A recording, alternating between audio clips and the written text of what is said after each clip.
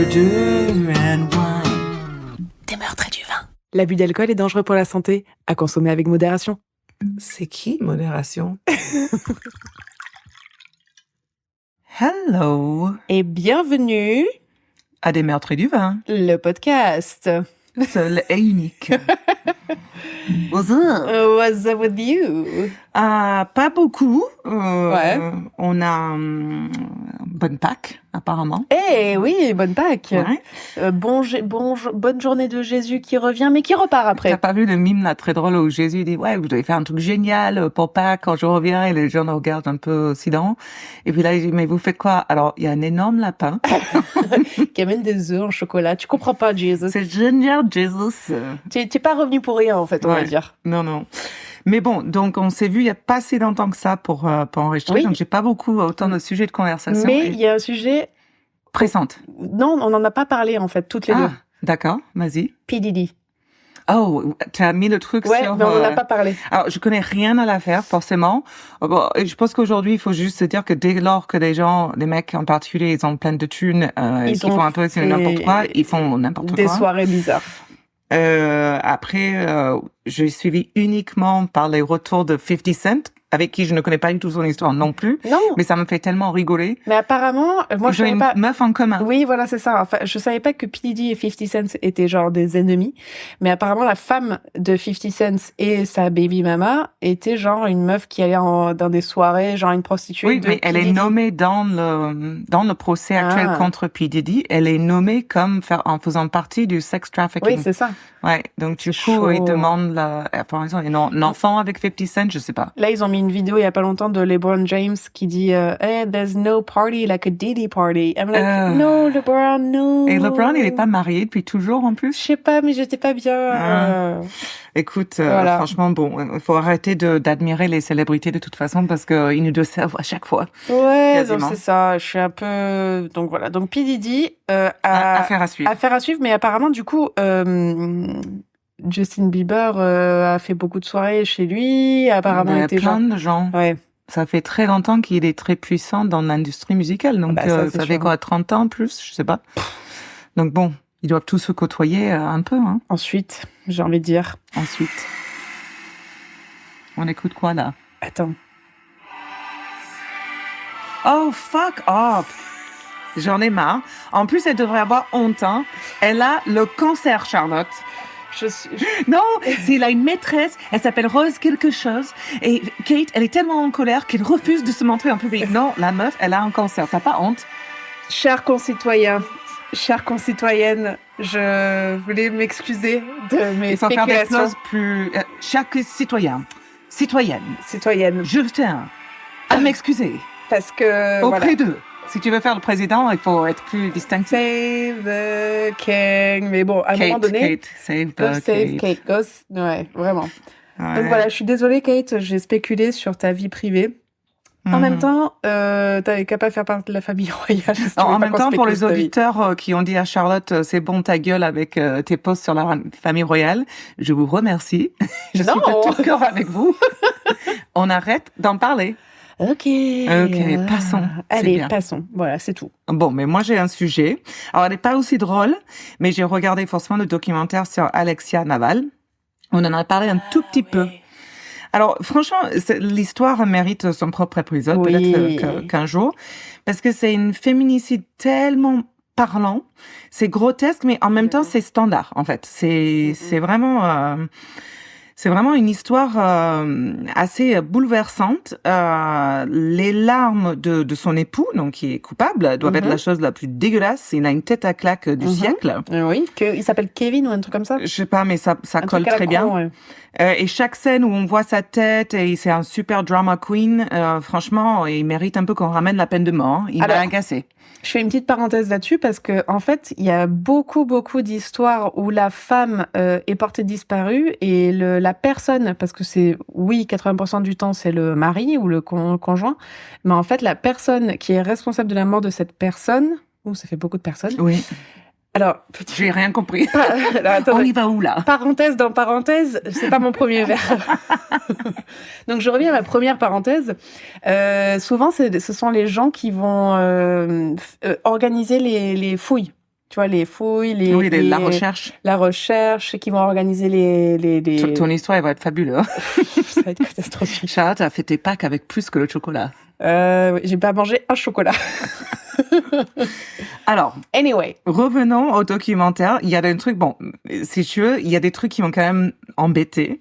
Apparemment, il est hyper petit, surtout comparé à Alexia. Genre, il a 1m70, elle fait plus. Bref. Ils en parlent tout le temps. Mais c'est genre, vrai ouais. Il porte, il y a ensuite, on va dire qu'il porte sa veste de mariage à l'enterrement qui était noire. Les gens sont horrifiés. Ce que je trouve complètement bizarre, personnellement. Après, quand tu sais que c'est lui qui l'a tué, oui, c'est chaud. Oui, mais après, on va rajouter plein de choses de sa taille, de ses habits. On va en parler. On va même faire une sorte de mise en scène. Donc, après son décès, il mange à table avec la famille pour Noël. Et on va parler de la quantité de bouffe qu'il mange. Et le cousin est interpellé par ça. Qui vont même dire que c'est un assassin parce qu'il a mangé 6 entrées. Enfin bref, j'ai pas. On a franchement dévié dans le documentaire. Je trouve que c'est assez mal réalisé pour ce fait-là. Dommage. Parce que bon, les accusations de sa taille, de ses choix vestimentaires, c'est absurde. Oui, ça a rien à voir. Mais bon, effectivement, ça met en exergue les journalistes qui laissent ils laissent aucun répit à la famille. Et puis une fois le beau-fils, quand il est enfin accablé, là les journalistes, des paparazzi, etc. Ils sont tous en train. Enfin, il n'y a pas de sens humain à cette histoire. Il n'y a pas d'humanisme. C'est vraiment, assez choquant. Ouais, je m'en souviens de ce truc. Et je veux en venir. En fait, ce qui vraiment aussi va choquer pour moi, c'est que en fait la défense va forcément raconter une histoire que en fait c'est Alexia trop forte, trop imposante, trop. Et du coup, elle est morte sur les coups d'un homme, mais qu'il avait des soucis tellement profonds au lieu de la socialement. On va raconter une histoire et il pense que la public va lui donner raison parce que Alexia prenait trop de place. Voilà, il fallait se poser des questions, quoi, en fait, sur elle, alors que c'est absolument ridicule.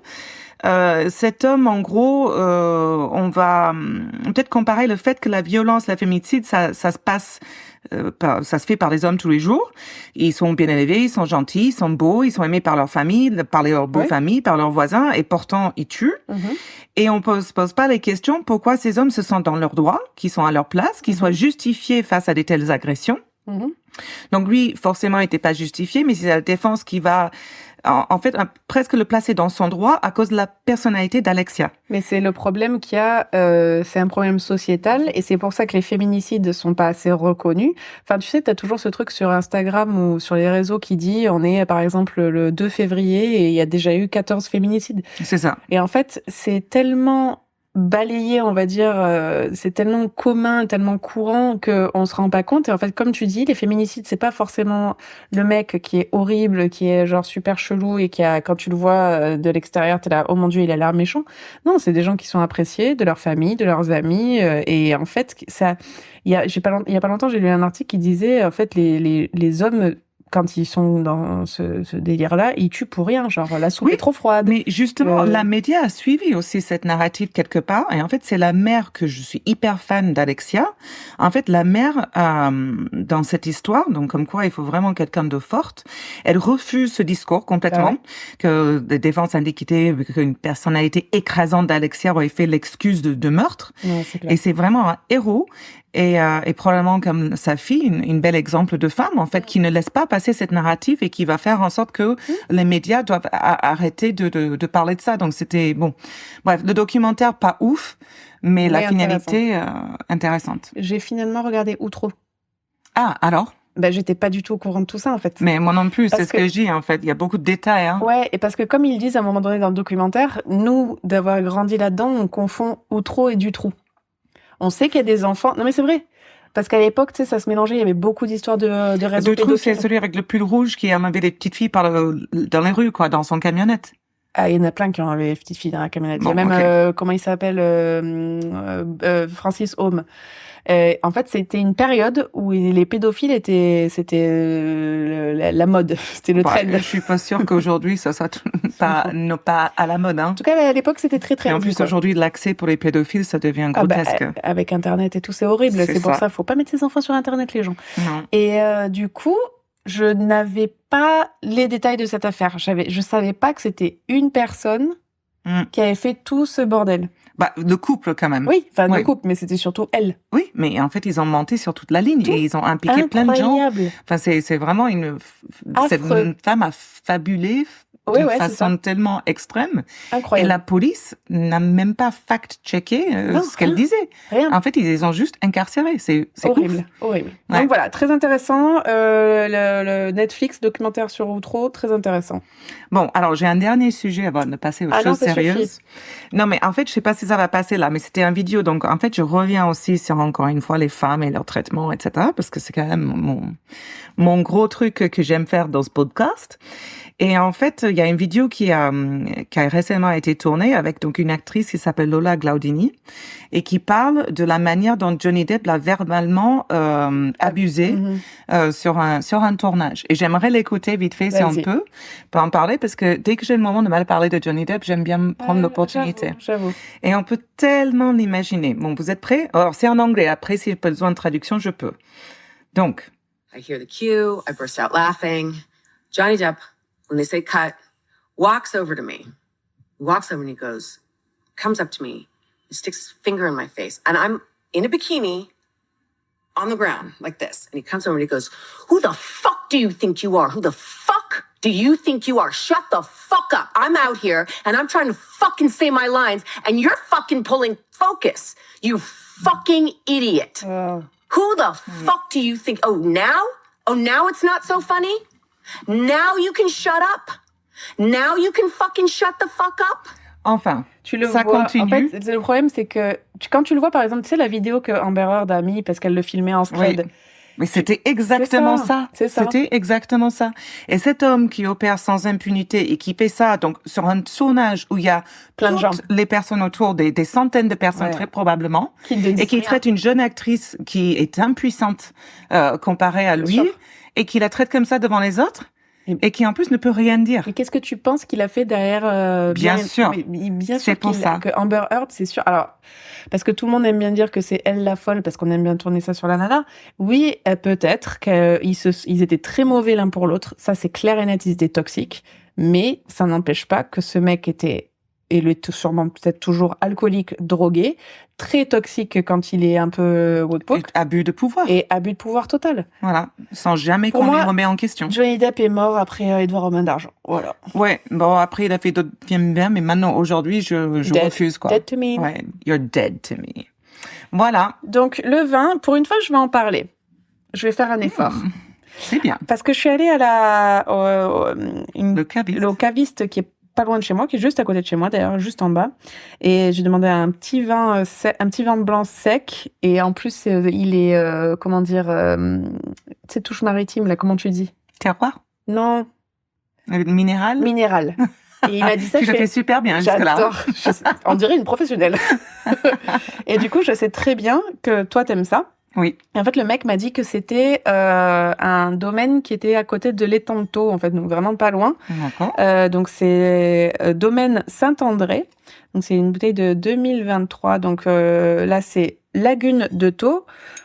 Et là, attention, je vais vous emporter où les vents marins rafraîchissent un terroir solaire. Donc on est sur du Vermentino et Roussanne. Ah. Moi, j'aime bien le Vermentino. Moi, ça dépend. Moi, en général, ça va. Donc, très minéral, arôme de fruits d'été, étang de Thau. Let's go. Domaine Saint-André. Are you ready, bitch? Pop. Nice. Good pop. Want some ice? Yes, please. Alors, on va bientôt enregistrer dans un autre lieu, un restaurant très reconnu localement. Ils nous ont dit qu'on n'avait pas le droit de mettre des glaçons dans le vin blanc. Si, et moi, elle a dit oui. Non. Finalement, elle a dit oui. Ah, elle a dit cède à nos exigences. Voilà, donc nous allons bientôt enregistrer au Véritable. Donc, on fait big up au Véritable. Ouais, big up. Et me tarde, on en a beaucoup parlé en bien. Parce que j'ai vu des photos, ça m'a donné faim. Très, très faim. Donc, ça, et est-ce que tu voulais pas parler d'un podcast que tu avais écouté? Ah oui, l'auditrice qui nous m'a envoyé, donc, suite à mon incrédulité à l'idée que Brigitte Macron aurait pu être un homme, selon les conspirationnistes. Alors, et je dis pas qu'il n'y a pas des conspirations qui doivent être vraies. Le gouvernement ne lui raconte pas la vérité, etc. Mais là, soyons clairs, dans le sens où je m'en fous. Même si c'est un homme, en fait, je m'en fiche complètement, Oui. si tu veux. On va creuser dans des trucs qui sont pas Qui ne importants. servent à rien. Et alors, ils ont creusé. Donc, l'auditrice nous a envoyé un podcast rêve d'été ou Je sais pas. un truc comme ça. Enfin bref, je sais plus exactement. Je l'ai écouté. 29 minutes, ça passe. C'est tellement complexe. Les personnes qui croient dans ça, ils ont creusé tellement loin que j'étais franchement perdue. Heureusement qu'ils ont fait un peu à la fin un récap de genre, Ok. ok, si vous avez suivi, non, j'étais là, non, vraiment pas. Et en fait, c'est même pas elle, c'est sa fille ou la fille d'une fille où elle est morte il y a longtemps et c'est son frère qui a pris sa place. Enfin bref. Ouais, c'est du vraiment grand n'importe quoi. Et genre, j'ai juste à vous dire ça, les gens qui croient dans ce genre de conneries. Qui croit. Get a fucking life. Oui. Donc, Brigitte, homme ou pas, nobody cares. Non, vraiment pas. Mais merci pour la suggestion, parce que du coup, je l'ai Ouais. envoyé à Sarah direct. J'ai eu peur, j'étais là, oh merde, est-ce que c'est un truc où on pense que c'est vrai ou est-ce qu'on s'en moque un peu? J'ai envie Non. d'écouter. Non, Enfin, on a bref. des bons auditeurs quand même. On Ah, a c'était des... drôle. Ouais, on Ça a a des fait rire. auditeurs avec un bon sens de Et l'humour. ils ont vraiment creusé dans les gens ce qu'ils disaient, mais bon, ils sont tarés, mais vas c'était aller- intéressant. Tu vas beaucoup aimer le vin. Bah, attends, je vais goûter dans ton Vas-y. verre, parce que Parce que le tien est plein. Hein, il est excellent. il est bon, hein. Ah, il est excellent. Et en plus, il est Plus pas que très bon. cher. Ah ouais, il était combien la bouteille? Genre 10 balles, tu vois, un truc comme ça. That's a good price. Et du coup, il disait que c'était un très très bon rapport qualité-prix. Ah et que ouais, moi je c'était suis très, très entièrement bon. d'accord, très bon. Donc voilà, Domaine Saint-André. Voilà, on enregistre demain matin pour vous dire si la gueule de bois est en raccord avec le goût. C'est pas faux. Ah, ça serait bien ça qu'on fasse aussi. Ah oui, une des note reviews, gueule de bois. Ah, Euh. à rajouter à notre liste de travail. Mhm. Bon, t'es prête? I'm ready. Ok. Donc C'était long. moi, C'était ouais, trop. mais je sais pas si c'est long ou pas. I think it was. On se tient pas compte du temps, nous. Tu vois, si on faisait des chapitres, là, on mettait un truc et tout le monde skipperait sur notre intro, je pense. Possible. Bah, we don't. Non, 'Cause we're on not skip professionals. rien, nous. Mais si, on est quand même mieux qu'au début, hein. Bon, alors donc moi je vais raconter l'histoire d'une femme française nommée Blanche Monnier. Je connais pas. C'est super. On l'appelle aussi l'histoire, entre guillemets, l'histoire du séquestré de Poitiers. Alors qu'est-ce que ça Ah veut si, dire? je connais. Tu me demandes, mais pour faire simple, il s'agit d'une femme séquestrée à Poitiers. À Poitiers. Voilà. Ouais. I knew it. Non, mais vraiment, je la connais. Mais forcément, il y a une tu connais photo. à chaque fois, Il y toi. a une photo qui est fou. Alors, je te demande à la fin si tu veux voir la photo et tu le dis déjà au début. I've seen it. Bon, mais tu vas la revoir. Allez voir la photo. Alors, on va le mettre sur le site, Oui. très certainement. Sur le site, sur, je sais pas, Comme si j'allais Insta me ou je sais faire pas quoi. chier à faire un site. Alors, donc, on est le 23 mai 1901. Le procureur, donc là, au début du 19e siècle, c'est le procureur général de Paris. Et lui reçoit une lettre non signée qui lui dit, mon cher le procureur général, vous me manquez, vous me Monserre manquez. Ouais, apparemment. Où ça? Je sais pas. Monsieur, peut-être? Je sais Ah pas. oui, je connais pas. Bref, monsieur le procureur général, j'ai l'honneur de vous faire part d'une fait exceptionnelle de gravité. Je parle d'une vieille fille qui a été enfermée dans la maison de madame Monnier. Alors, Monnier, je l'écris 40 000 façons différentes dans mon histoire, Ok. donc essayez de, si je me trompe, hein, je m'excuse d'avance. En fait, la maison de madame Monnier, elle est dans la maison de madame Monnier, à moitié affamée, en vivant sur une litière putride depuis 25 ans. En un mot, dans sa propre crasse. Bah, bien sûr.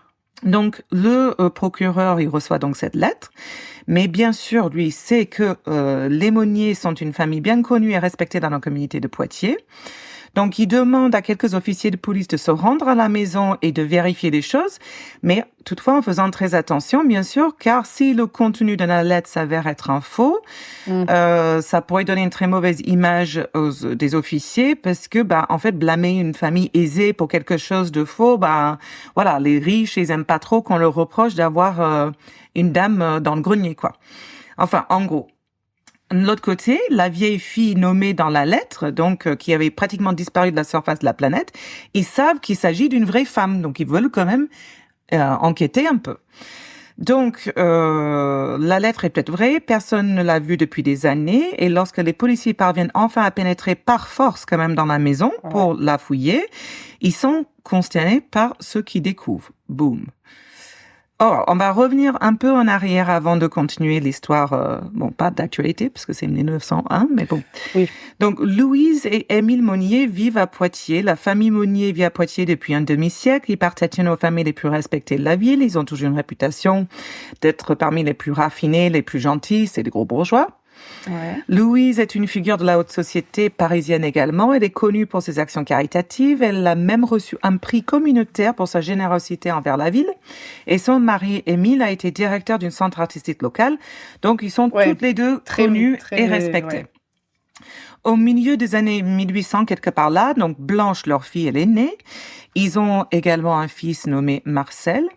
Lorsque Blanche a, disons, une vingtaine d'années, les gens ne peuvent pas s'empêcher de remarquer sa beauté. On dit aussi qu'elle est douce, qu'elle a bon caractère, que c'est une femme vraiment charmante. Et même qu'il y a écrit dans le New York Times, ils l'ont décrit comme étant une belle grande brune avec une abondante chevelure intéressante et de grands yeux brillants. Pourquoi ils parlent d'elle dans le New York Times? Je ne sais pas. Je ne pourrais pas te dire. Ça fait partie de mon histoire. Pourquoi on parle pas de moi dans le New York Times? Je sais pas encore. Il faudrait que tu aies une chevelure plus abondante. J'ai pas eu apparemment. assez long. Super. Voilà, c'est ça. Et donc, il cite que c'est genre la cloche du quartier de Poitiers. La cloche? Je ne sais pas ce que ça veut dire. La belle, peut-être. La belle du quartier. Peut-être, genre, c'est le truc central, peut-être. Peut-être.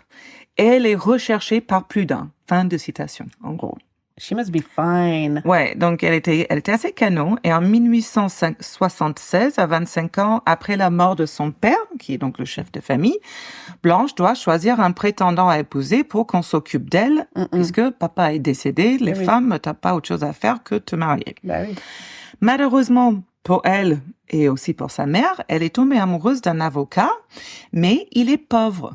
Ah, Blanche, franchement, t'as pas compris. C'est dur là. Alors, Blanche, elle va en parler à sa mère, mais Louise n'est pas contente du tout, bien sûr. Évidemment. Elle n'approuve pas de ce type. Non seulement il est beaucoup plus âgé, mais il n'est pas de la même classe sociale et il est sans un sou. Problème. Bah, surtout que Louise, elle est dégoûtée parce que normalement, t'es censée t'occuper de tes parents après.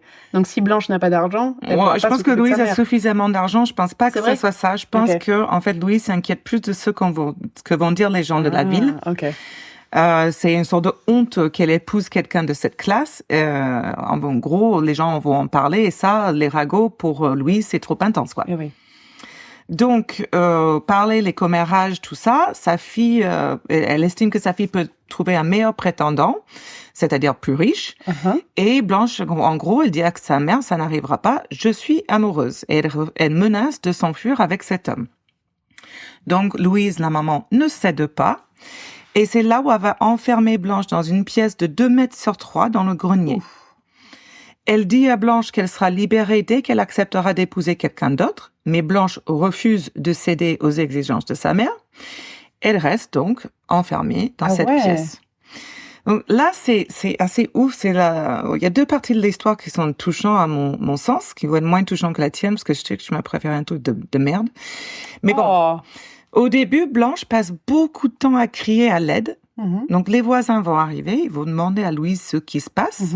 Et elle va leur dire que Blanche est devenue folle. Et les voisins acceptent. Voilà, ils acceptent. C'est une époque où l'excuse acceptable pour les femmes qu'elles disparaissaient, qui sont devenues folles, c'est totalement acceptable. L'hystérie.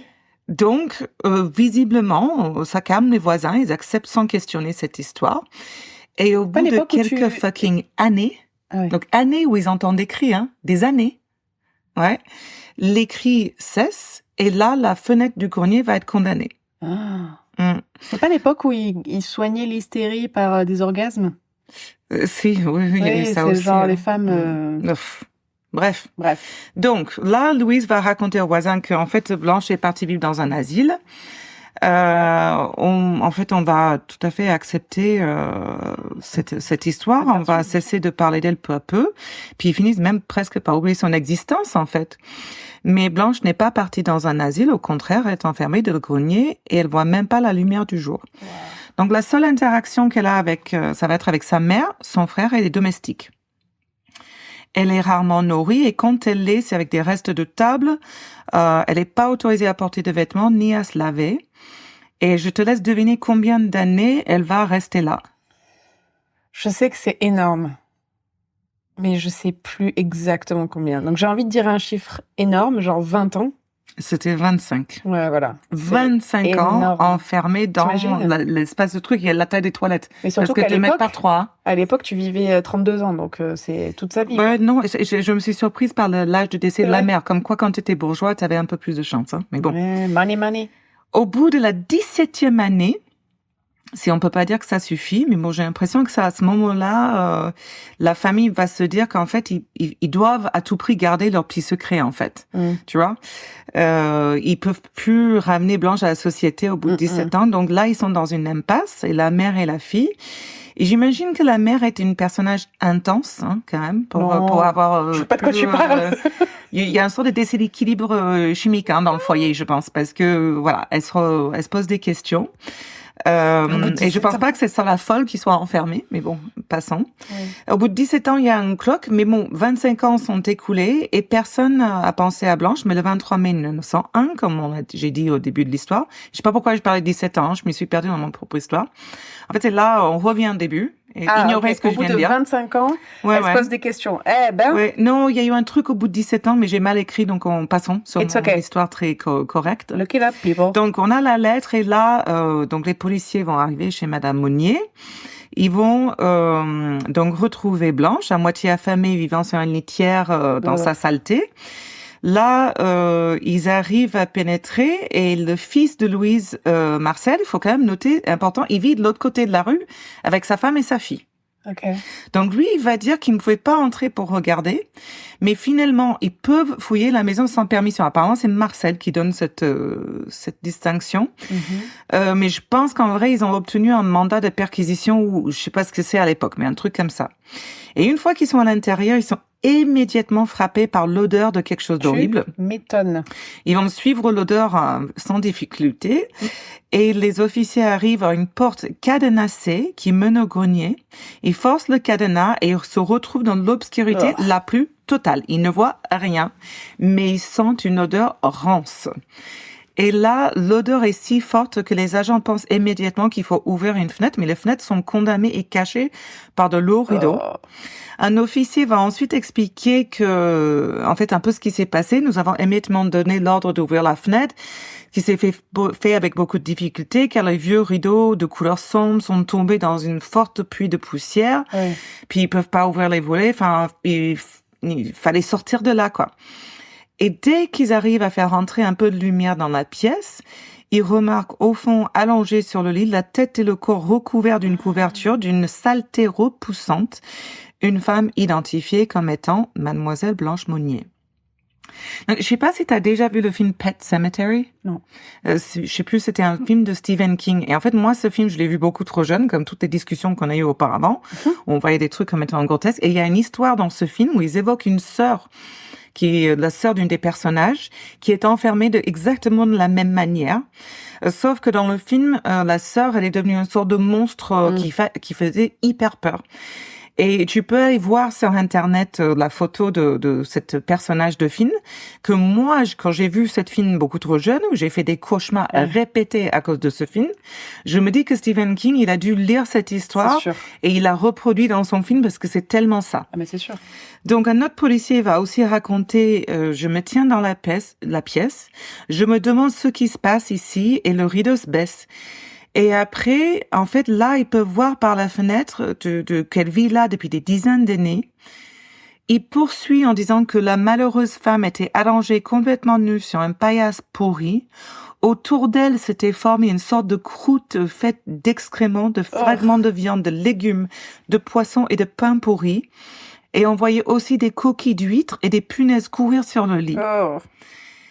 La mère l'a tenue là dans une saleté abjecte, dans l'obscurité totale. Aucun vêtement n'était autorisé. Votre propre fille, vous l'avez élevée à partir de 25 ans. Il a dû se passer quelque chose avant cela, n'est-ce pas? Donc là, sur le sol, on voit des essaims, des rongeurs qui mangent des morceaux de nourriture pourris, éparpillés un peu partout, et la pièce couverte de mots et de dessins griffés sur les murs. Mais c'est l'odeur forte que les agents vont vraiment en parler. Blanche est amenée d'urgence à l'hôpital parce qu'ils ont dû quitter la pièce immédiatement à cause franchement, du PTSD pour tout le monde, en fait. Et là, en fait, le détail qui, pour moi, la deuxième détail une des premières, mais il y a une deuxième aussi qui m'a heurtée, c'est qu'en fait, il y a des huîtres de partout. En fait, il lui donnait des huîtres. Et à cette époque-là, les huîtres, c'était pas La chose la plus fraîche. c'était peut-être. pas le luxe que ça est aujourd'hui. C'est dégoûtant en Ouais. fait. Donc elle est entourée d'huîtres. En fait, elle est jetée dans les fruits de mer. Enfin, faut imaginer que c'est immonde en gros. Tout ça parce que, et si elle avait accepté, par exemple, d'épouser quelqu'un d'autre au bout de 15 ans, tu Alors, penses que... on va supposer plein de choses en fait sur la Suppoter. vérité, mais on peut supposer que Arrête en fait de en vrai, suppoter, on suppute. on suppute. Pardon, on va On supputer. suppose et on suppute. Oh merde, bon, mais c'est Charlotte qui prend le relais sur le bon On français là. suppose. Mais en gros, il y a différentes possibilités dans l'histoire, mais Ouais. je pense que très clairement, moi, mon histoire, c'est que Louise, c'est une tarée. Oui, et même si elle Et avait qui a dit fait ça OK, par plaisir, parce que tu gardes pas quelqu'un enfermé comme non, ça. pendant 25 ans, bien sûr que Tout non. à fait. C'est une tyran. Donc Blanche est amenée d'urgence à l'hôpital et Louise et son fils Marcel sont amenés en prison. Et lorsqu'on apprend que Louise a en fait gardé sa fille enfermée dans une chambre pendant 25 putains d'années, Ah. le public est forcément scandalisé. Donc un foule va se rassembler devant la maison des Monnier. La femme et la fille de Marcel doivent partir se cacher. À l'hôpital, Blanche, elle est lavée, elle est examinée. Les médecins craignent qu'elle va pas s'en sortir parce qu'elle est squelettique. En fait, elle est si mal nourrie qu'elle ne pèse que 44 kilos.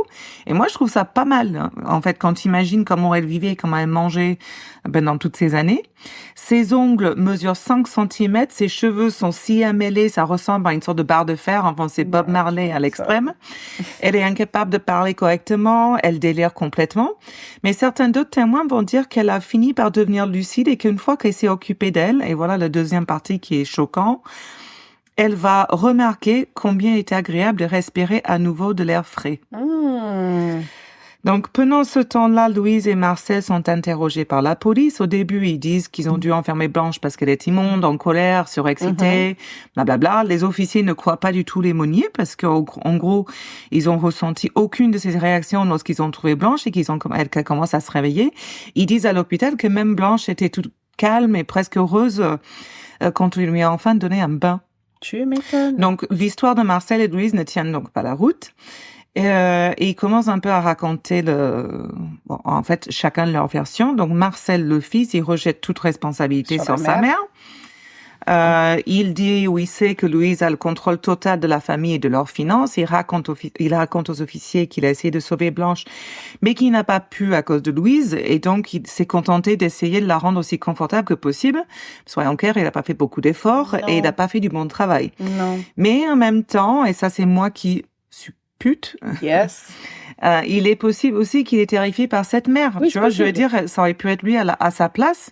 Et au bout d'un certain nombre d'années, il peut plus non plus essayer de dire la vérité, quoi. C'est une nana qui enferme sa fille pendant 25 ans. Donc oui, elle doit être un peu terrifiante. Voilà. Donc on ne connaîtra jamais les détails car Louise ne va pas subir aucune conséquence juridique car 15 jours après son arrestation, elle fait une crise cardiaque à 73 ans, tu vois, mine de rien, 73 ans, et elle meurt dans sa cellule de prison. Donc, plusieurs questions se demandent si Blanche aurait jamais été retrouvée et libérée. Mais en fait, on peut aussi supposer que une fois que sa mère décédée, bon, peut-être qu'elle est décédée aussi parce que tout ça lui a fait une telle stress que elle a claqué. On peut aussi supposer que Marcel, une fois que sa mère morte, n'allait pas divulguer qu'il savait que sa sœur était tenue dans cette pièce depuis 25 ans. Il aurait peut-être pas libéré non plus. Donc, il y a beaucoup de suppositions qui sont possibles, mais en tout cas, personne dans cette famille ne fait bonne figure. Quand même, avant de mourir, Louise va dire « Ma pauvre Blanche !» Oh my God, Et sur son lit de mort, va donc léguer pas mal de choses pour donner l'impression qu'elle tient à sa fille. Les domestiques disent que Louise les a forcés à garder Blanche emprisonnée dans le grenier. Donc, Marcel est le seul est passé en jugement. Il est reconnu coupable d'avoir aidé sa mère à garder Blanche captive et il est condamné à 15 mois de prison. Mais Marcel est avocat et il fait appel à sa sentence et c'est exactement quoi dire. Et puis, il faut savoir qu'à ce moment-là, malgré qu'elle soit enchaînée dans un mur et qu'elle soit prise captive, il dit qu'elle pouvait à tout moment partir. Ouais. Et aujourd'hui, il y a aucune loi à cette époque qui dit que c'était un crime. Lui, en tant que personne externe, Ouais. c'est Louise qui l'a enfermé. Il y a aucune C'est loi pas lui. qui dit que juste parce qu'il était au courant, tout comme les domestiques, qu'il n'a pas aidé, et donc il est en Coupable. effet, techniquement, il n'a rien fait de mal, donc Ouais. le tribunal lui donne raison, et il sera libéré. Mais forcément, le public est tellement contre lui, donc lui et sa famille doivent finir le restant de leur jour apparemment en fuite ou cachés. Voilà. D'accord. Donc ça, c'est au moins pas mal, quoi, un tout petit peu. Ouais, bien sûr. Louise, pour elle, forcément tellement traumatisée, elle va jamais se rétablir. Elle va vivre ses derniers jours dans un sanatorium, mais elle vivra quand même encore 12 ans. Et en 1913, elle est décédée, et aujourd'hui, on sait toujours pas qui a écrit la lettre au procureur général. Voilà, donc effectivement, il y a la photo de Blanche que tu mettras en ligne, qui est quand même Ouais, qui est horrible. horrible. Horrible. Et je te montre aussi la photo donc de la sœur un peu dans le film Pet Cemetery. Et tu Ouh, vois un tu peu m'étonnes que t'as fait l'histoire. des cauchemars. Ah non mais grave, j'ai fait des cauchemars à C'est répétition après avoir vu horrible. ça. C'était Horrible. Ouh. Voilà, donc tu pourras aussi mettre ça Ouais, en ligne j'aime si pas ça du tout. intéresse. Ah non, mais c'est horrible. C'est pire Et que voilà la vraie l'histoire image. de Blanche Monnier. Je suis pensée sur de l'ancien comme tu fais. Ah, j'aime beaucoup. Voilà. Mais je me souviens, et ça m'avait... Parce qu'en plus, cette histoire, je l'ai pas... Comment dire? Je suis tombée dessus il y a peut-être 6-7 ans, tu vois, une connerie comme ça. Je la connaissais pas avant. Je la connaissais pas du tout. Et elle Je est, sais même plus comment je suis tombée dessus. Et ouais, la photo est choquante. Ah ouais, bah, l'histoire est choquante. Mais Mais il y a tellement de trucs de séquestration comme ça qui... C'est horrible. bon, j'essaie de me tenir forte pour Non, alors, survivre à ce qui va m'arriver je là. sais que j'avais promis un truc très très glauque, très gore, très machin, mais au final, je suis allée plutôt cool. C'est juste que j'ai fait quelqu'un de très connu. Ah d'accord, mais en plus, en ligne, t'as mis des trucs, genre des teasers qui m'ont franchement, j'étais là, il faut que je me prépare mentalement, quoi. Parce que je vais parler d'un des tueurs en série américains qu'on connaît très très bien. J'ai nommé, donnez-moi un B, donnez-moi un T, donnez-moi un K. BTK BTK. Killer. Yes, bitch. Ok. Donc, Denise Lynn Rader est née le 9... Ah oui, c'est celui qui s'habille en femme et tout ça. Ouais. Est née le... Si, c'est gore quand même, t'es chiante. Accepte. Ça fait 2 épisodes que je fais des trucs assez cool. Fine. Accepte Ton sort. ton sort. Donc, il est né le 9 mars 45 à Pittsburgh, dans l'État du Kansas, au sein d'une famille modeste. Son père, William, est un ancien militaire qui est devenu employé d'une centrale électrique et sa mère est comptable dans une épicerie. Il est le premier enfant d'une fratrie de 4. Donc son environnement d'éducation, donc il grandit dans une famille qui est très religieuse, des valeurs très traditionnelles au sein de l'église luthérienne. Mais en fait, ce qui est intéressant avec Denise Rader, c'est que, tu sais, normalement sur les tueurs en série, t'as toujours quelque chose de commun, que ce soit une famille d'abus, de violence, etc. Être tombé sur la tête. Être tombé sur la tête, avoir une commotion avant l'âge de 10 ans. Lui, pas du tout. Vraiment, son père était strict, mais pas non plus tyran, quoi, du tout. D'accord. Donc, les premières années de la vie de Denise Rader se déroulent à Park City, donc petite banlieue résidentielle de Wichita, où s'installe la famille juste après sa naissance. Donc, on le décrit comme étant un petit garçon sensible, intelligent et discret, adepte de la pêche et du canoë-kayak sur l'Arkansas. I don't know why, because this is not a river. Non, mais c'est un état. Ouais, c'est pour ça, je comprends pas. Bref, vivant au milieu d'une famille aimante et unie, parfaitement intégrée à la communauté, jusque-là, What the fuck? tout va bien. Donc, c'est pour ça que je dis que cet enfant, ça le questionne. Pour les profilers, il a dû leur poser. En fait, c'est ça qui a fait la difficulté. C'est cette enfance, en fait, elle questionne les spécialistes de tueurs en série parce que y a rien en fait qui fait que ça pourrait après, donner tu peux à ça. tomber sur la tête sans qu'on ait su, tu vois. Non, mais lui-même. Oui, mais on sait pas. Peut-être qu'il est tombé. Ses parents étaient en vie, en fait. Oui, mais bon, regarde, on parlait de nos parents qui nous ignoraient totalement dans notre enfance. C'est vrai. Voilà. Donc, toutefois, Rader présente dès l'enfance les signes d'un comportement anormal, caractéristique du développement individuel de nombreux criminels. Les animaux. Non. D'abord, tu te souviens l'histoire de mon cannibale? Lequel? J'en ai La fait qu'un. fille là Si, non, t'as fait une fille qui a mangé le petit Ah oui, ou je c'est sais pas vrai. quoi. Non, le cannibale allemand. Ah oui. Voilà. Et en fait, qu'il avait un ami imaginaire ou un truc comme ça. Et en fait, Dennis Rader, c'est pareil. Il avait une vie fantasmatique qu'il s'inventait, en fait. Okay. Il s'invente un ami imaginaire qu'il appelle Rex. Donc d'abord, c'est un partenaire et confident. Puis c'est un double maléfique, en fait, que Dennis qualifiera plus tard de démon. qui le Ok. possède. Donc, aucun de ses frères ne semble à cette époque être au courant de l'existence d'un tel alter ego. Donc, en revanche, ils surprennent un jour, ça va être difficile, leur aîné en train de dessiner des femmes nues, bâillonnées et attachées. Donc, Alors, en fait, attends, c'est Denis là ou ouais, un Denis, autre frère? non, c'est Denis Ah, d'accord. qui faisait des dessins de son jeune âge sur des femmes qui sont nues et attachées. En fait, il a toujours eu cette fascination du bondage. Ok. À partir de... Voilà, là, ces dessins, par exemple, c'était à l'âge de 8 ou 9 ans. Ah ouais. Ouais, et ça reproduit très Il probablement... y a un truc quand même dans cette famille, hein. Ok, on ne dit Ouais, mais pas, en fait, mais c'est ça, en fait, c'est qu'ils disent ça reproduit très probablement les photographies d'un magazine de faits divers, c'est ce que j'allais dire. Quelque voilà, chose sur qu'il a vu. lequel Denis avait pu observer des femmes dans différentes positions de bondage. Parce qu'à 8 ans, pour inventer ça tout seul. Non, c'est clair. Donc, on se rend compte qu'à cet âge, la mise en scène de la douleur lui procure un plaisir précoce qu'il expérimente lors de séjours réguliers dans la ferme de ses grands-parents où il est fasciné par la mise à mort des poulets. Ouais, je l'ai dit. Voilà. Donc, bah, évidemment, ils commencent tous en général par la même Bon, chose. et il colle quand même un peu, hein, au profil. Si des enfants nous écoutent, le poulet mis à mort, c'est ça qui te donne tes nuggets au Alors, McDo. soyons clairs, j'espère que les enfants ne nous écoutent pas. C'est clair. Ouh. Excusez-moi, il fallait que je... Max, il essaie de le mettre à chaque fois Je sur sais. Spotify et je lui dis arrête. Et du coup, il chante la chanson à Oui. chaque fois parce qu'il passe à ça et j'éteins. Et il me fait, je le chante mieux que toi, maman. Ok. Donc, à l'adolescence, ses premières victimes sont des animaux. Donc, l'agonie d'un chat, peut-être, tué par accident, lui fait prendre conscience, en fait, du plaisir qu'il ressent à contrôler la vie ou la mort d'un être vivant. Mm. Et c'est ce qu'il va faire beaucoup plus tard. Donc, pour satisfaire ses pulsions dominatrices, donc en fait, Denis capture discrètement des chats ou des chiens errants qu'il attache dans des granges abandonnées avant de les pendre à l'aide de fils de fer. Et en fait, c'est la souffrance, surtout, puis la mort des animaux qui lui procure une jouissance qui va s'avérer être une jouissance sexuelle intense, qu'il continuera de rechercher des années plus tard lors de ses opérations meurtrières. Sweet baby Jesus. Yep.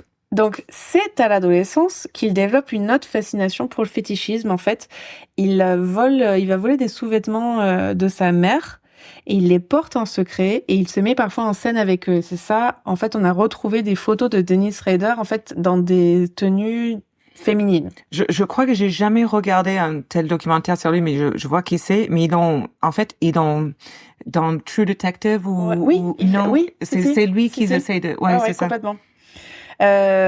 Donc, en fait, donc voilà, je savais plus où j'en étais, donc voilà. Excuse-moi. Non, t'inquiète, les sous-vêtements de sa mère.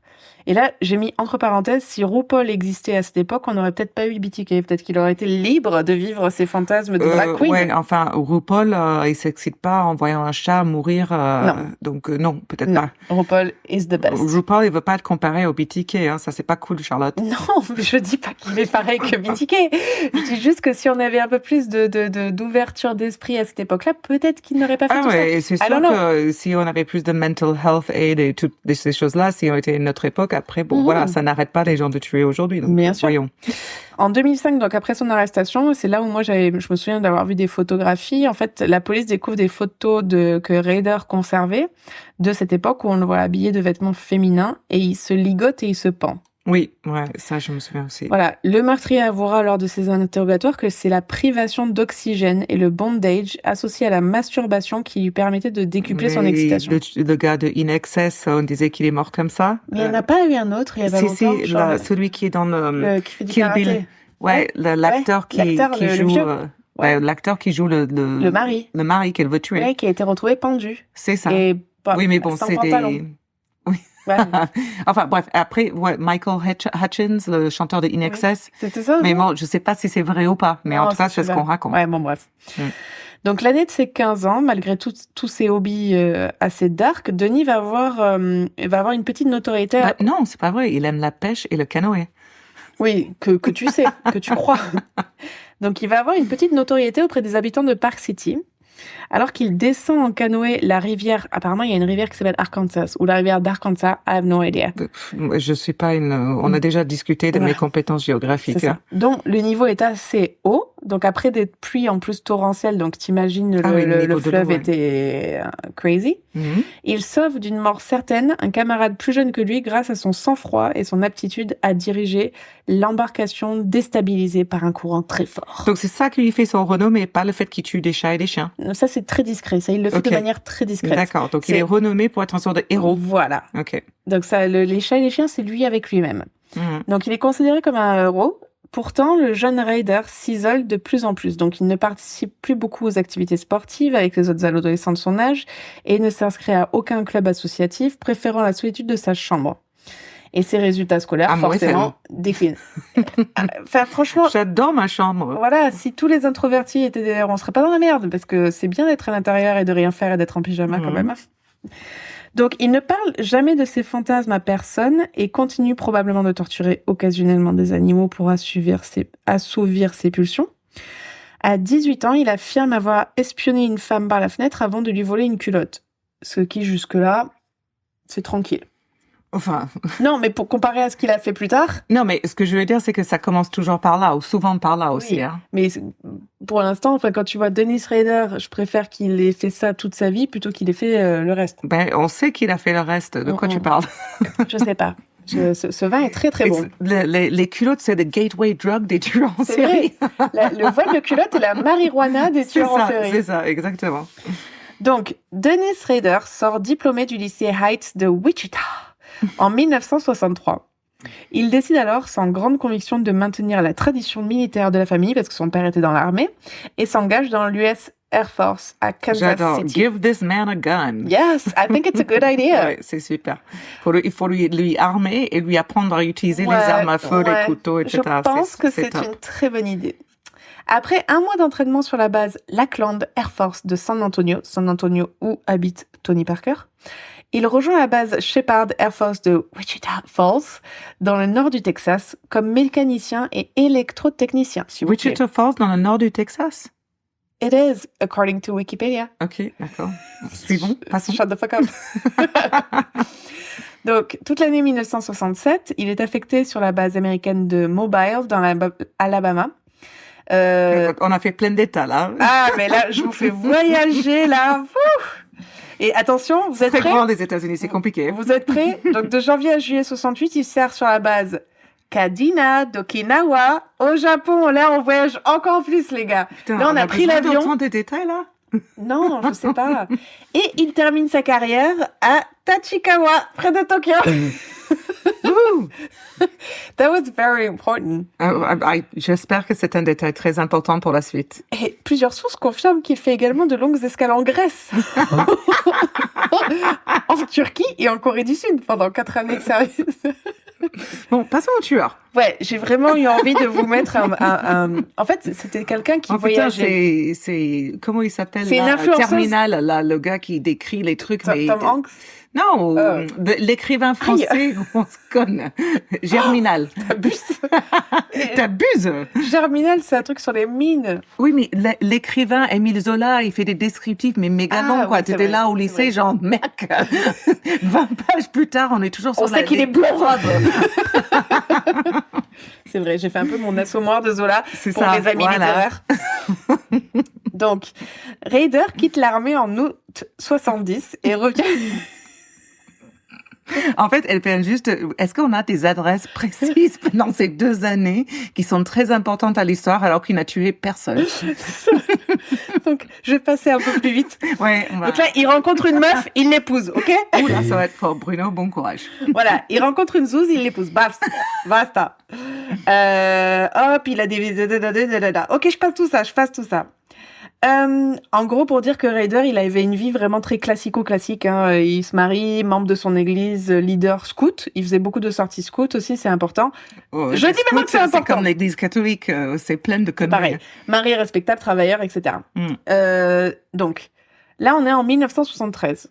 Là, il se met à suivre discrètement des femmes dans la rue.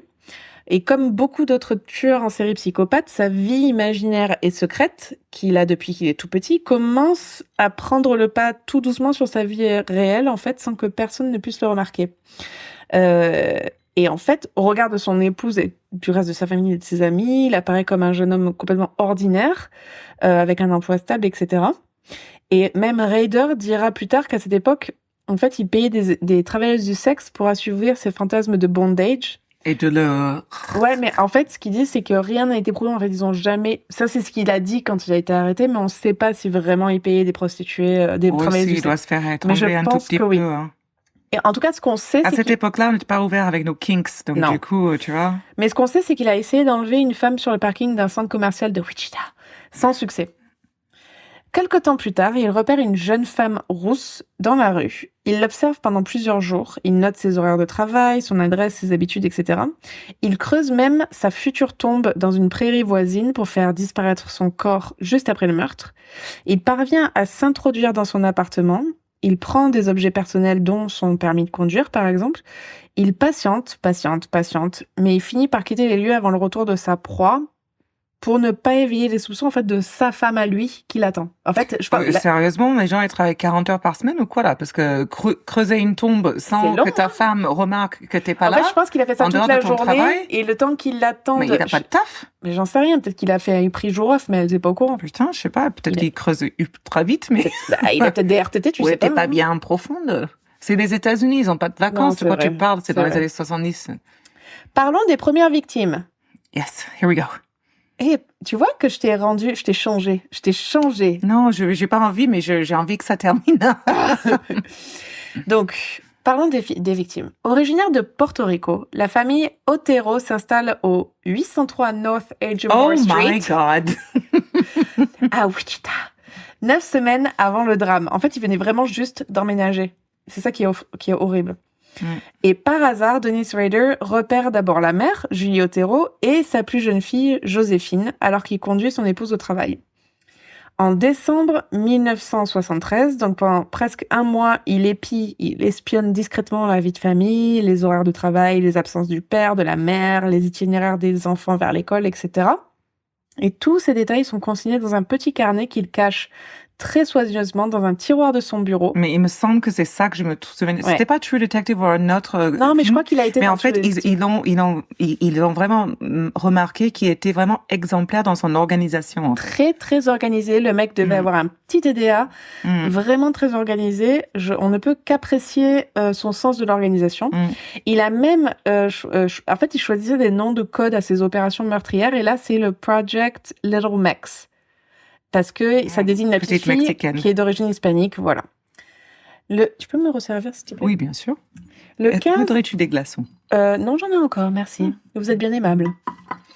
Alors, le 15. Le 15 janvier 1974, Denise Rader quitte son domicile au 173 rue... Non, je plaisante. Oui, je vais frapper, là.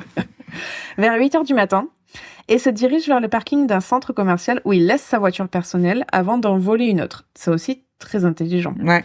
Une grosse parka dissimule les différents éléments de son kit d'intervention qu'il appelle un hit kit.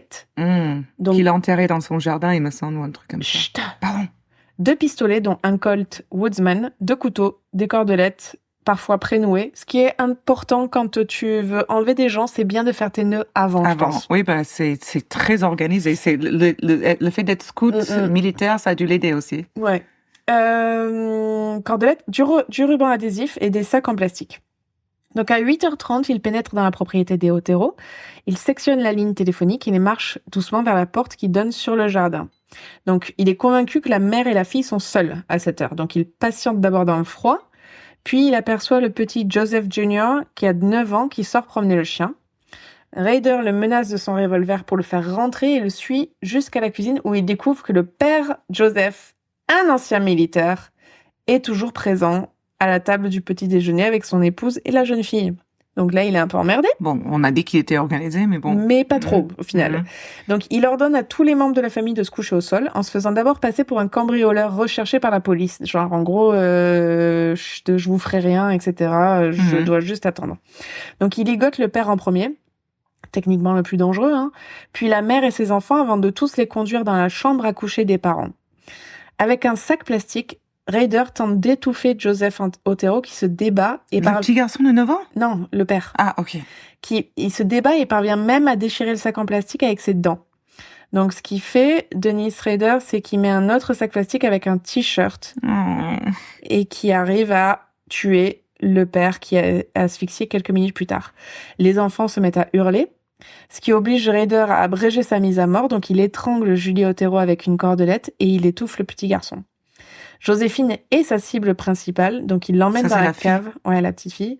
Il ligote ses chevilles et il la pend à un tuyau d'égout.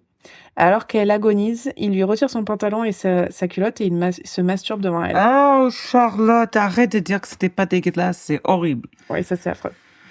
Avant de quitter les lieux par la porte principale, Rader... Oh, attendez, j'ai perdu ma page. Elle a perdu la fin de l'histoire. Ouais, parce que j'avais... Merci d'avoir été là, chers auditeurs. Bye.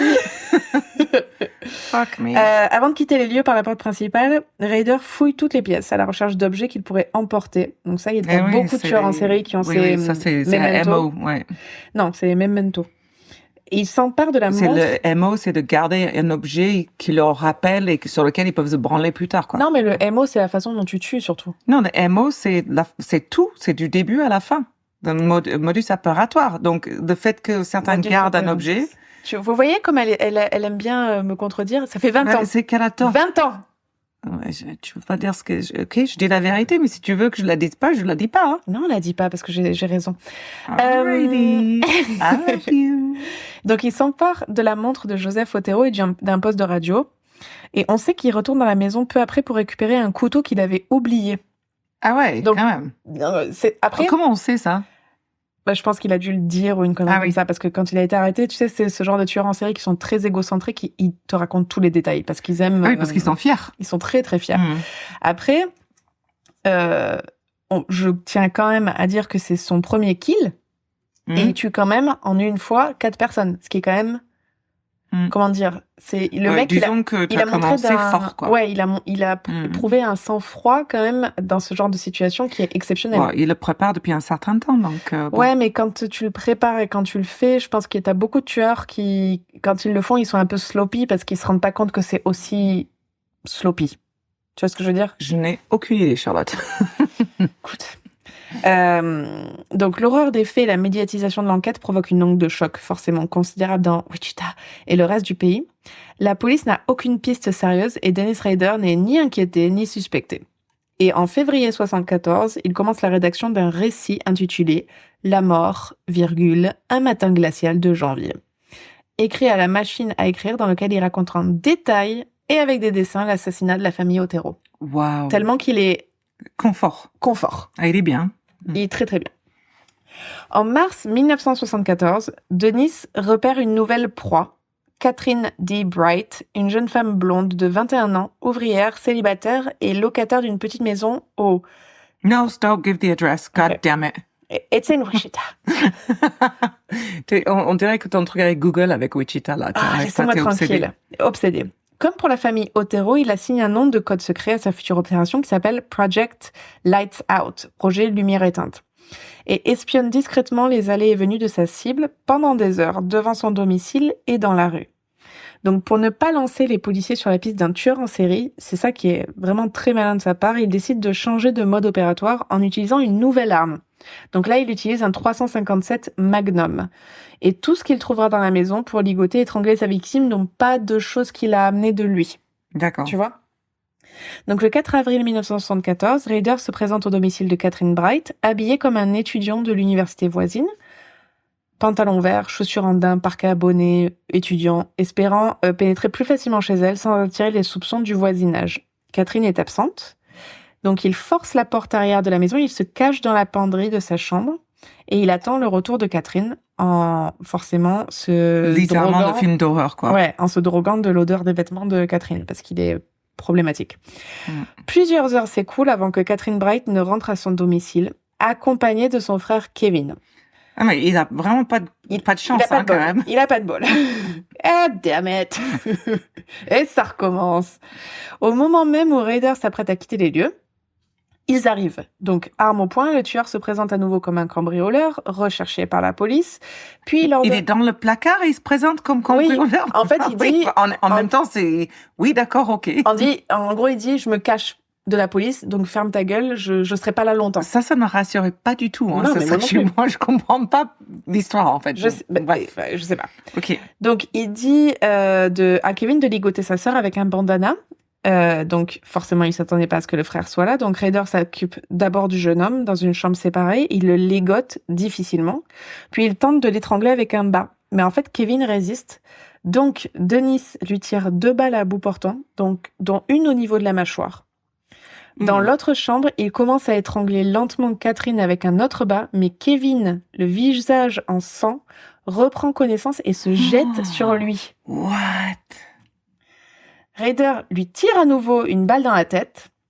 Et là, il comprend que c'est en train de partir en sucette. Donc, il utilise un couteau pour vite achever Catherine. Il la frappe 11 fois à l'abdomen. Catherine qui veut violer, mais qui n'a pas encore réussi. Non, en fait, il viole personne pour l'instant. D'accord, ok. Et en fait, il la frappe 11 fois parce qu'il se dit ça part en sucette, il faut que je la tue vite. Il la frappe 11 fois à l'abdomen et dans le dos avant de s'enfuir. Et malgré ses nombreuses blessures, Kevin, le fucking badass, parvient à sortir de la maison et à alerter un voisin qui va appeler les secours. Et il arrive même à donner une description de Ryder. Incroyable. Il faudrait voir une tête de ce mec. Hein. Incroyable. Ça, tu dois mettre sur le truc. Le problème, c'est que je sais pas si on trouve Kevin Bright. Non, pas du tout. Donc, Catherine est transportée à l'hôpital de Wichita, encore consciente, mais elle succombe plusieurs heures plus tard, malheureusement. Craignant d'être arrêté, Ryder cache l'ensemble de ses armes dans la cave de ses parents. Forcément, il va mettre ses parents dans le coup, c'est abruti. Et il brûle ses mocassins ensanglantés. Le mec tue en mocassins. Je comprends pas pourquoi. Bah, je suis perdue. Mais pourquoi tu tues en mocassins? C'est la chose la moins pratique au monde. Ça peut glisser sur des mares de sang. C'est les années 70. Ils n'avaient pas des Nike, des Converse et des mocassins. Ils ont que ça. Non, mais tu vas pas te tuer avec ton mocassin à gland. Écoute, je sais pas quoi te dire. Moi, je suis choquée. C'est vraiment Quand tu regardes Miami Vice, ok, c'était 2 policiers à Miami, très bien habillés pour l'époque, et qui portaient que des mocassins très dangereuses, très glissantes, et pour rechercher toutes leurs meurtres. Donc crédible, pas crédible, je sais pas. Ben ouais, mais quand tu tues en mocassin, tu sais, la semelle est quand même lisse. Tu vois, je pense que tu ferais une détective qui tournerait beaucoup en rond. Ouais. C'est pas possible. Donc, au même moment, donc, Kevin Bright trouve la force de décrire l'assassin de sa sœur aux policiers qui débutent aussitôt une longue enquête, au cours de laquelle ils interrogent près de 800 hommes blancs de Wichita sans succès. Au cours de cette période, jamais Dennis Ryder n'est suspecté ou convoqué par les enquêteurs. Je veux pas te dire, mais Wichita, ça reste quand même une grande ville, hein. Wichita. Les mecs blonds. Blanc. C'est ça le descriptif? Non, blanc. Blanc et blond? Non, blanc, juste blanc. Juste blanc. Oui, merde. Just white. Wichita, c'est pas extrêmement divers en termes de couleur de peau. Voilà. Donc, bon. Donc, alors qu'il est toujours au chômage, dans le secret de son bureau, Dennis Ryder... Ah, donc il est au chômage. C'est pour ça. On y arrive. On y arrive. Creuser des tombes quand sa femme ne remarque pas. On y arrive. Merci. Donc, il compile tous les articles des journaux qui évoquent ces crimes. Parce que forcément, il a un ego surdimensionné, comme beaucoup de tueurs en série, genre le Zodiac, qui aime Après, tout le monde s'est déjà googlé, hein, tout le monde s'est vu, est-ce que j'existe en ligne? Donc ça me choque pas. Mais quand t'es un tueur en série, tu dois rafraîchir plus souvent que d'autres. F5. Donc, il rédige des notes et des commentaires, dessine des croquis précis et continue d'écrire ses mémoires. Et la chronologie détaillée de tous ces meurtres, en fait. Il se fait un petit kiff. En octobre 1974, la police arrête Gary Sebring, un déséquilibré qui vient de se livrer, qui s'est livré à des actes zoophiles et agresseur reconnu d'une petite fille dans un parc. Lors de son interrogatoire, l'homme, qui est forcément, c'est un fifou, il avoue le meurtre de la famille Otero et il livre le nom de 2 complices présumés. Bref, ça mène à rien, quoi. Oui, il doit être ravi. Et en plus, oui, c'est ça, parce que ça te... Non, il est pas ravi. Ah non, ah oui, parce que c'est moi qui ai fait. Voilà, comment oses-tu? T'as bien compris. Le 18 octobre, l'information fait la une du Wichita Eagle, le plus grand quotidien de la ville, et 4 jours plus tard, le directeur de la rédaction du journal, Don Granger, reçoit un appel téléphonique anonyme d'un homme qui affirme avoir déposé une lettre contenant toute la vérité, cachée entre les pages d'un livre de mécanique, on s'en branle, à la bibliothèque municipale de Wichita.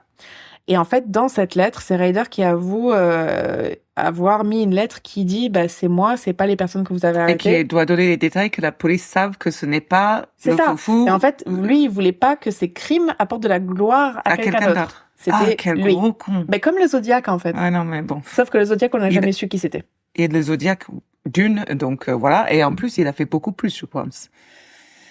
Ryder a tué 10 personnes. On a que 2 là. Non, on est à 6. Donc, tu comptes les mecs? 10 en tout, avec la famille Otero. Oui, donc on est à 6 là. Ouais, et en fait, le Zodiac, il a pas tué non plus. Je voulais savoir, tu vois, j'ai pas la fin, toi. Mais Zodiac, il a pas tué. C'est un film où je peux pas mettre pause à savoir combien de temps je vais encore t'écouter. Je peux pas me poser.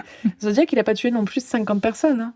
Mais il a tué beaucoup plus, non? Je sais plus, faudrait qu'on regarde. Bon, vas-y, je regarde, continue. Donc, la lettre est découverte quelques heures plus tard par l'inspecteur Bernie Drovatsky de la police de Wichita. Elle est tapée à la machine à écrire, sur un simple papier blanc. L'écriture est hésitante, le texte rempli de fautes d'orthographe et de syntaxe. Putain, fais un effort, Denis.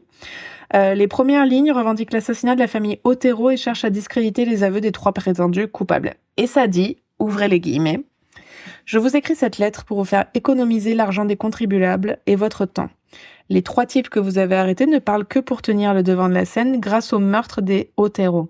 Ils ne savent rien du tout, je l'ai fait moi-même, sans aide et sans discussion, mettons ça au clair, fermez les guillemets. » Il y décrit aussi les détails extrêmement précis du positionnement des corps de la famille Otero dans les différentes pièces de la maison, leurs vêtements, la façon dont ils ont été tués et les objets volés, donc la radio et la montre du père.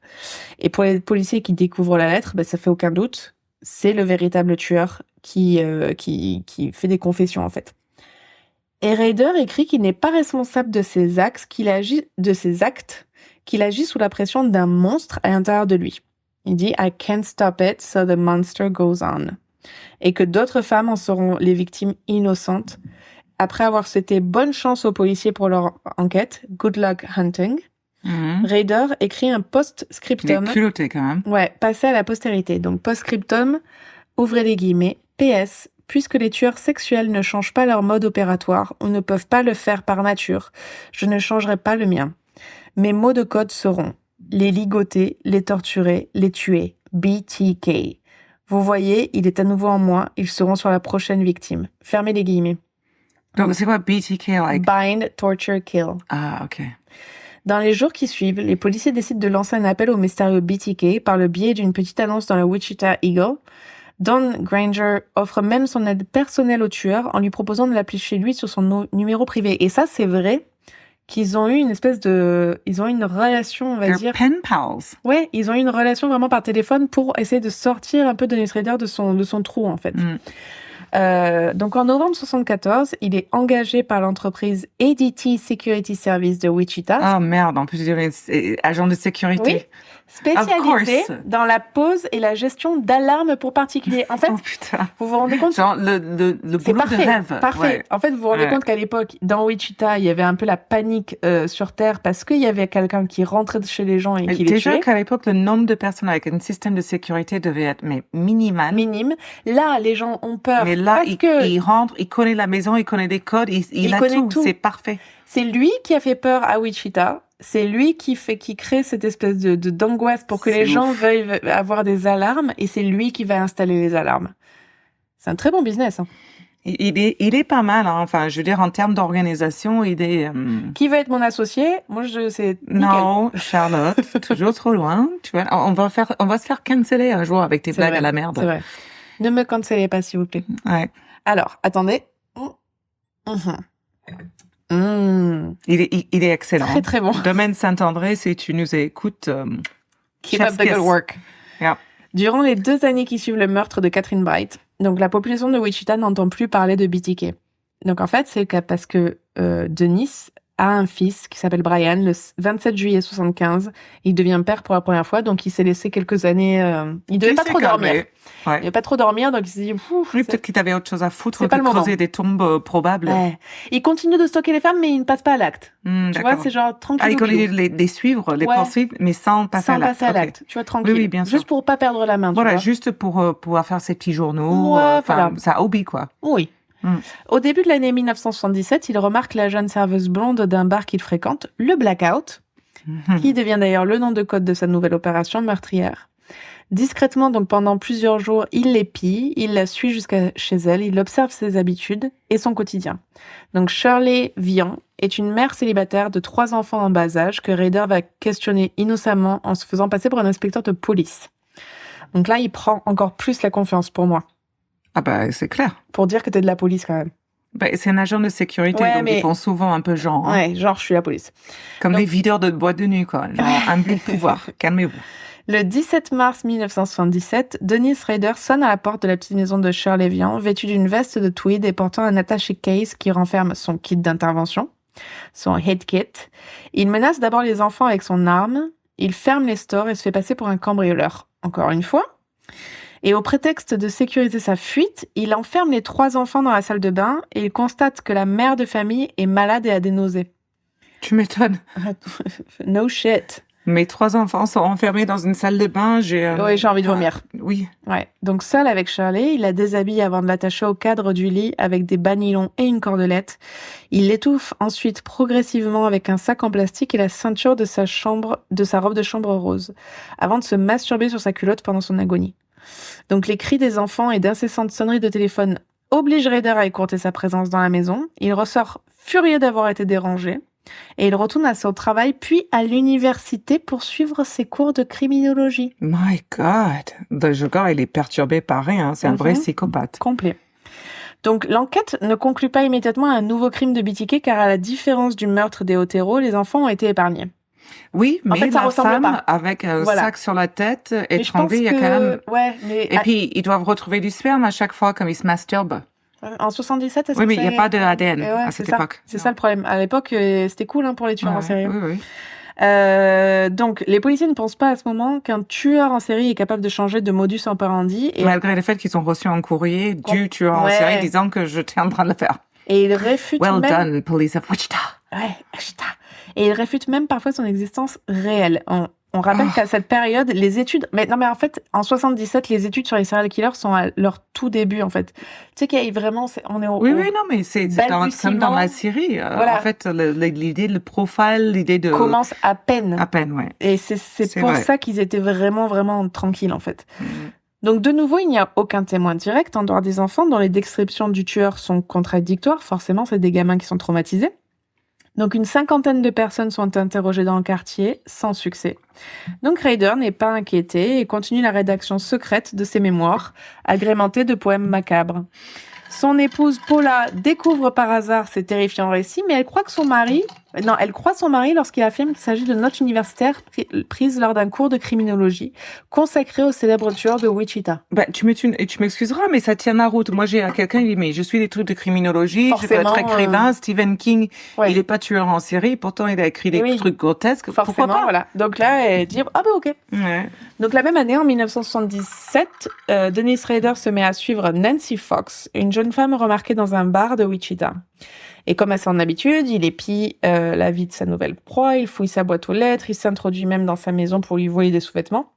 Nouveau nom de code à sa future opération, PJ Foxtail, projet queue de renard, en référence à la chevelure rose de Nancy Fox et à son nom, Fox. Et PJ Pyjamas? Non, projet. Ah, d'accord. Project. Le matin du 8 décembre 77, Ryder prévient son épouse qu'il rentrera plus tard qu'à l'ordinaire après son travail, prétextant un passage à la bibliothèque universitaire dans le cadre de ses études de criminologie. Je sens que c'est ça qui va être sa fin. Vers 20h, muni de son kit d'intervention, il gare sa voiture à quelques rues du domicile de Nancy Fox, se rend à pied jusqu'au 843 South Pershing Street, Arrête, connasse, avec ça. coupe les fils téléphoniques et s'introduit dans la maison de sa victime par la porte Tu vois, arrière. ça aussi, couper les fils téléphoniques, c'est un MO. Mhm. Il décide de l'attendre caché dans la penderie de sa chambre. Nancy Fox rentre chez elle vers 21h, seule. Cette fois, Ryder n'utilise pas d'arme à feu pour neutraliser sa victime. Il surgit sur elle et lui expose ses volontés de la ligoter, de la violer, puis de prendre ses photos. En fait, peut-être qu'il lui dit « Je veux juste faire ça et je te laisserai la vie sauve », en fait. En fait, en gros, c'est la première fois qu'il se retrouve face à une Seul. femme seule. Seule. Et donc, du coup, là, il vit sa fantasme Mhm. à l'extrême. Complètement. Mais du coup, il lui dit, je veux juste te ligoter, je veux juste te violer, je veux juste prendre des photos, en gros. Donc, laisse-moi faire. Et je te laisserai la vie Oui, sauve. bien Et c'est sûr pour que ça non. qu'elle se laisse faire, en fait. Donc, Nancy Fox se couche sur le lit, puis se laisse menotter et attacher par son agresseur. Ryder retire sa culotte, ligote ses chevilles et l'asphyxie progressivement avec une ceinture qu'il serre et desserre pour la laisser agoniser. Donc, une fois morte... Charlie, fucking hell. I'm sorry. Une fois morte, Nancy Fox est ligotée aux chevilles et aux poignets avec des collants de différentes couleurs. Ryder se masturbe dans un déshabillé de sa victime, puis s'empare de plusieurs sous-vêtements et bijoux. Ça veut dire quoi, un déshabillé? C'est genre c'est comme une robe de chambre mais un peu sexy, Ah, d'accord. tu vois. Ok. Et on pense qu'il a aussi pris des photos du corps avant de s'enfuir, mais bon, ça, on sait pas. Donc le lendemain matin, exaspéré de constater que la presse ne fait pas écho de son meurtre, Dennis Rader décide de contacter la police. Il se rend dans un centre commercial avec sa camionnette de travail et il appelle le 911 depuis une cabine téléphonique et il dit, en gros, vous devriez aller voir, d'ailleurs, il y est sur YouTube ce truc, vous devriez aller voir à telle adresse, il y a une femme qui est morte. Et il donne l'adresse et le nom de la victime. Donc, malgré la présence de plusieurs témoins, le tueur parvient à quitter les lieux sans être reconnu. Et après son arrestation, d'ailleurs, BTK reconnaîtra que cet appel, c'était une erreur. Tu m'étonnes. Je voulais juste être célèbre, je suis désolée, franchement, j'aurais pas dû. Sur la scène de crime, les enquêteurs relèvent des traces de sperme sur la chemise de nuit dans laquelle Ryder s'est masturbé et envoyé dans les laboratoires du bureau d'investigation du Kansas à Topeka. Les échantillons ne donnent aucun résultat concret, en fait. Les analyses révélant des caractéristiques très communes. Donc, apparemment, quelques mois après ce meurtre, il va même écrire à une chaîne de télévision locale pour dire qu'il allait tuer à nouveau. Donc, c'est encore une volonté d'attention de sa part. Ouais, mais il y a une montée en puissance de sa maladie. Oui, c'est quoi. ça, en fait. C'est que pour l'instant, je me fais pas arrêter, donc je peux aller très très Non, loin, mais en fait. Voilà. Puis, tu as quelques années sans attaque. Cette puissance de te dire, Oui. en fait, ils peuvent pas m'attraper, Ouais. ça doit être assez intoxiquant. Ouais, mais ça, je peux comprendre. Enfin, je peux le comprendre. Tu me Non. fais peur, là. Ok, Charlie. Oui. Donc, Non, je vous promets, elle est gentille. Hein. je suis vraiment adorable. Donc, Parfois. quelques années sans attaque de BTK, en fait. Et là, par contre, on sait pas pourquoi. Il n'y a pas de naissance ou quoi que ce soit. Je ne sais pas. Donc, Il a compris qu'il a frôlé se faire attraper, Peut-être. En avril 85, donc il change de type de victime et il enlève puis assassine Marine Edge, 53 ans. Alors que jusque-là, il s'en prenait qu'à des jeunes femmes. Ouais.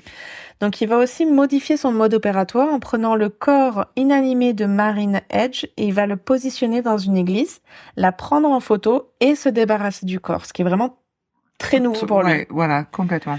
En septembre 86, il étrangle Vicky Wegerle, 28 ans, alors que son fils de 2 ans est présent. Quand le mari rentre chez lui et trouve sa femme assassinée, la police a d'abord cru forcément que c'était un cas de violence domestique. Et ils vont questionner le mari et pas penser à BTK. Mais ça, en même temps, c'est normal parce qu'il n'y a aucun MO qui fait que... On est d'accord. Voilà, et mais c'est bon, très le longtemps pauvre après. mec, quoi. Mais le pauvre mec. Enfin, t'imagines. Puis encore quelques années de discrétion de la part de Ryder. Et à partir de 89, il travaille pour le bureau du recensement de son état. Sauf que là, on commence à avoir de l'ADN. Sauf que là, ça commence à travailler, la science. Ouais. En janvier 91, il enlève puis assassine sa dernière victime, Dolores Davis, 62 ans. Ouais, ça va? Vous êtes arrivé Ça va jusque-là avec moi. Ça va. Il s'échappe du camp scout où il est posté parce qu'il doit garder, je sais pas moi, des camps scouts des enfants, j'en sais rien. Ça lui donne un alibi, genre, ben non, j'étais au camp scout. Et il va tuer Dolores avec ses propres, les collants de Dolores. Il va se débarrasser de son Il n'a corps. même pas son kit, quoi. Il a les mains libres comme ça. Ouais, mais je pense que, tu vois, il devait pas aller à Monoprix, genre, je voudrais des collants taille XL, j'en sais rien. En tout cas, il les a tués avec les collants de Dolores. Si t'as pas de collants, tu meurs pas. Donc, très difficile. Tips numéro 2308. N'achetez jamais de collants. Voilà. Il est difficile pour la police de comprendre le schéma qui ne se répète pas encore une fois. Donc Ryder, cette fois-ci, va retourner vers le corps de la victime et prendre des polaroïdes du corps avec des il prend des polaroïdes du corps en se prenant également en photo et en posant avec un masque de femme. Oh, alors le selfie, c'est pas Paris Hilton qui l'a créé, c'est peut-être BTK. Dennis Rader. Ah, ouais. Donc, ça j'aime beaucoup cette phrase. À partir de 91, il travaille pour la mairie de Park City, dont il sera licencié en mars 2005 du fait de son arrestation. Comme quoi. En mars 2004, après qu'un journal publie un article sur les meurtres de BTK, Rader, qui n'aime pas que quelqu'un d'autre puisse raconter sa propre histoire, recommence à envoyer des lettres. Et là, cette fois-ci, il accompagne ses lettres d'effets personnels ayant appartenu à certaines de ses victimes. Parce que c'est vraiment C'est trop fait. extrêmement important pour lui d'être reconnu comme l'auteur de ces crimes. Et il va même signer ses lettres avec le nom Bill Thomas Killman, BTK.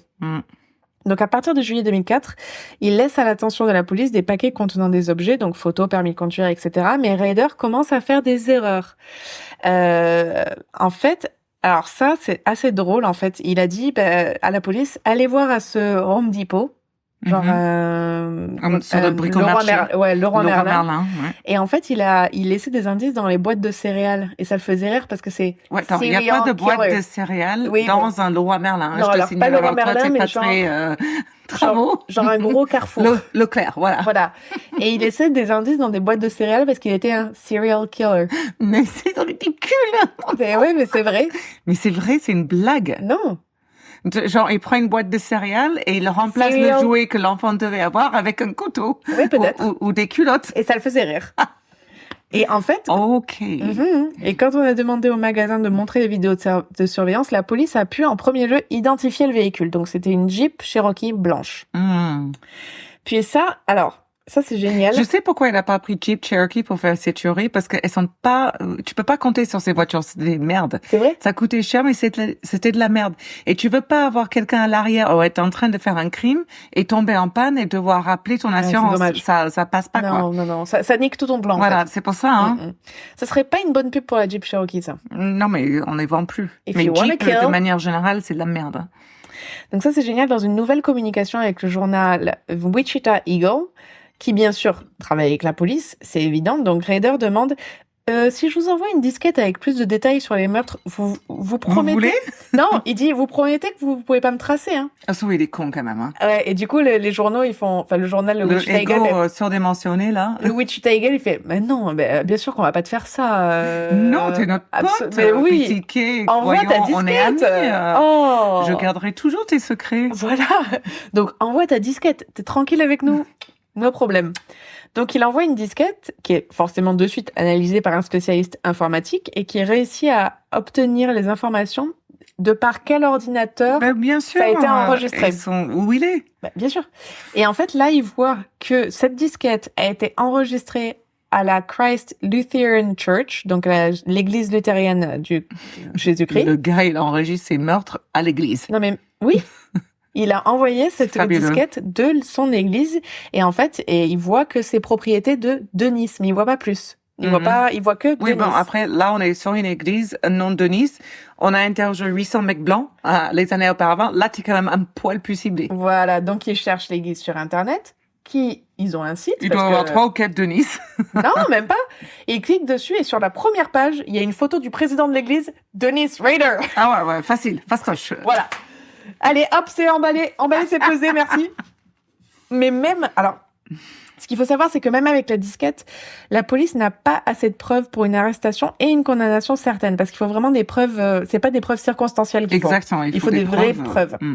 Donc, je dis rien, spoil. Okay. Ils n'ont même pas assez de preuves pour demander un échantillon ADN à Rader, donc ils vont, et ça c'est génial, ils vont à l'hôpital et ils vont demander l'échantillon d'un examen genre en gros un peu gynécologique que la fille de Dennis Rader aurait fait pour pouvoir comparer son ADN. Pour voir si c'est bien son père. Ouais. C'est vrai que c'est top ça. Et du coup, ils ont vu que l'ADN qui a été repéré sur cette jeune Rader, je sais plus comment elle s'appelle, mais on la laisse tranquille, c'est du coup même 95%, même famille. C'est son père. Donc Dennis Rader a enfin pu être arrêté le 25 février 2005. Quand même, 30 ans, il a opéré. 2005. Donc en août 2005, il est reconnu coupable de meurtre de 10 personnes pour lesquelles il plaide coupable. Et d'ailleurs, je pense que là, il y a un truc où au début, il plaide pas coupable, je sais plus. Il n'est pas condamné à la peine capitale car ses crimes ont eu lieu avant 94, année où la peine de mort a été restaurée au Kansas. Donc là, il n'est pas condamné à mort. Cependant, il est condamné à 10 peines de prison à perpétuité avec une peine minimum, et ça tu vas kiffer, de 175 ans. Oui, voilà, mais c'est ça. Voilà. Au moins une fois, je suis d'accord, quoi. Donc, il est habilité à demander une mise en liberté conditionnelle à partir du 27 février 2180. Alrighty. Voilà. Sa maison est mise aux enchères le 11 juillet 2005. Elle est d'abord acquise par un propriétaire de club de danse de Wichita au prix de 90 000 $ seulement, mais la vente est bloquée peu après pour des raisons administratives. Et un donneur anonyme offre 60 000 $ à la municipalité de Park City pour l'achat de la maison.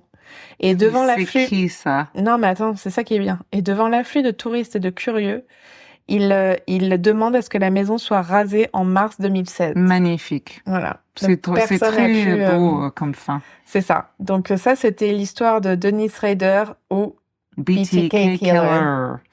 Bah écoute, j'ai détesté, mais en même Normal. temps c'est intéressant. Il a été un peu moins con que les autres, mais quand même un gros dégoûtant et qui ne nous manquera pas. Et go fuck yourself.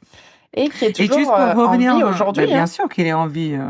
Juste pour revenir, donc le Zodiac, le problème, comme on ne sait pas, on a 5 personnes de confirmées, mais en fait, on pense qu'il est entre 20 ou 28 au total, alors que lui-même, dans ses écrits, dit qu'il en a tué 37. Donc, tu vois, comme quoi, c'est ça que c'est compliqué. Je pensais moins. Comme on n'a pas attrapé, on ne saura pas. Enfin, peut-être qu'un jour, on saura, ça serait cool. Mais c'est super intéressant, d'ailleurs, l'histoire du Zodiac.